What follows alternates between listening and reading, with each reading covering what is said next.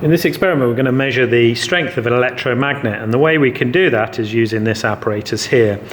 Fundamentally what we have here is this is the electromagnet, this coil, and we've got a little bit of steel that sits, iron that sits underneath it like so, and we can hang things off it, and once the so we can hang things off it, and once the electromagnet strength is exceeded, this will fall down like so, so the thing drops down. So we can hang masses on here to see how strong the magnetic field is. The other thing I can do on here is I can change the number of turns, so I can start with 600 coils and go right round to 100 coils. So I'm going to place the electromagnet here, clamped in here, and I can connect in the power supply. So I'm going to start with 600 turns. I switch on, I've got a power supply and an ammeter, and I want to get 1 amp flowing through there.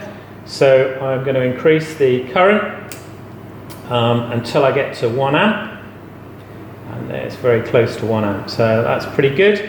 And then what I can do is I can hang masses on here and see whether they're supported by the electromagnet.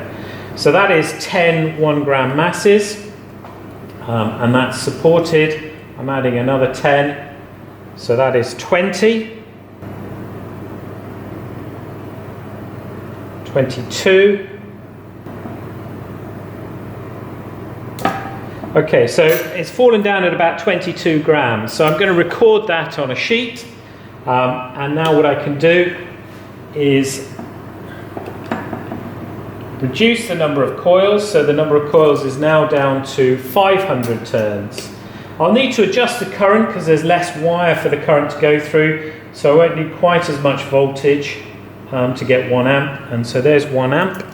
And once again, I'm just going to sit masses on it until it can't support that load anymore. So there's 10. And then I gently put on. Okay, so it's going to support about 12, this one, so I can write that down. And now what I do is I reduce the number of turns again down to 400. Change the current because again it's a bit too high now with less wire to go through. So back down to about 1 amp. Let's see, about 5.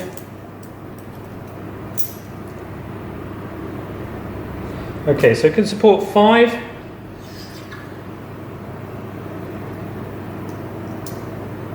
6. 7,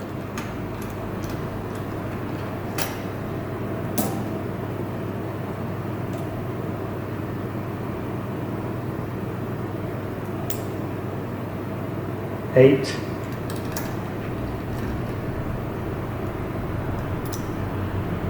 9,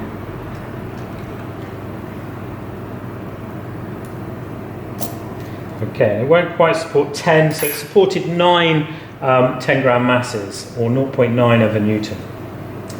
Okay, and then I changed the number of coils down again to 300, 200, and then finally down to 100.